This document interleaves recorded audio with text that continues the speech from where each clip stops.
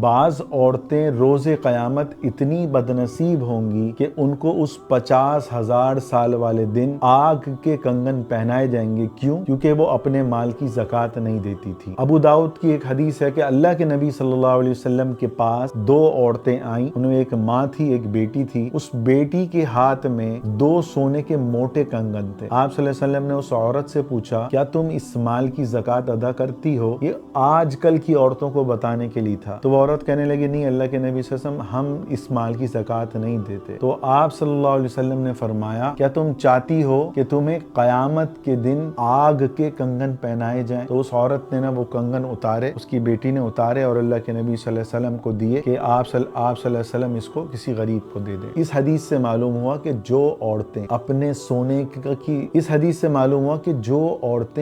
کی زکوٰۃ نہیں دیتی، اگر ان کا یہ ہار ہوگا تو قیامت کے دن یہ ہار آگ کا بن جائے گا۔ اگر انگوٹھی ہوگی اور اس کے پاس اتنا سونا ہوا کہ وہ اس پر زکوٰۃ واجب ہوگی تو وہ انگوٹھی آگ کی بن جائے گی۔ یاد رکھیں، کسی عورت کے پاس 1 تولہ بھی سونا ہے نا تو اس زمانے میں اس پہ زکوٰۃ واجب ہے، کیونکہ ایک بھی ایسی عورت ڈھونڈنے سے بھی شاید نہیں ملے گی کہ اس کے پاس 1 تولہ سونا ہو اور پھر اس کے پاس 1 روپیہ نہ ہو، یا اس کے پاس جو ہے مال تجارت نہ ہو، یا اس کے پاس چاندی نہ ہو۔ کچھ نہ کچھ ہر بندے کے پاس لازماً ہوتا ہے۔ اس اعتبار سے 7.5 تولے سونے والی جو زکوٰۃ ہے وہ شاید ہی ہزاروں نہیں لاکھوں میں کسی عورت کو لگے، کیونکہ اس زمانے میں ہر کسی کے پاس 1 تولہ سونے کے ساتھ 1 آدھ روپیہ کیش ہوتا ہی ہے۔ تو یاد رکھیں، جس عورت کے پاس 5 لاکھ کا تقریباً سونا ہے تو اس کو اس کی زکوٰۃ دینا واجب ہے۔ اس چیز کو ذہن میں رکھیں، اور جو مرد یہ ویڈیو سن رہے ہیں کہ وہ اپنی عورتوں کو یہ حدیث سنائیں تاکہ وہ اپنی جیب خرچی یا کسی بھی طرح کر کے جو سونا موجود ہے اس کی زکوٰۃ نکالیں۔ یہی مال قیامت کے دن کھولتے ہوئے آگ کی صورت میں ہاتھ میں پہنایا جائے گا یا گلے میں پہنایا جائے گا۔ اللہ تعالی ہم سب کو پابندی سے زکوٰۃ نکالنے کی توفیق عطا فرمائے۔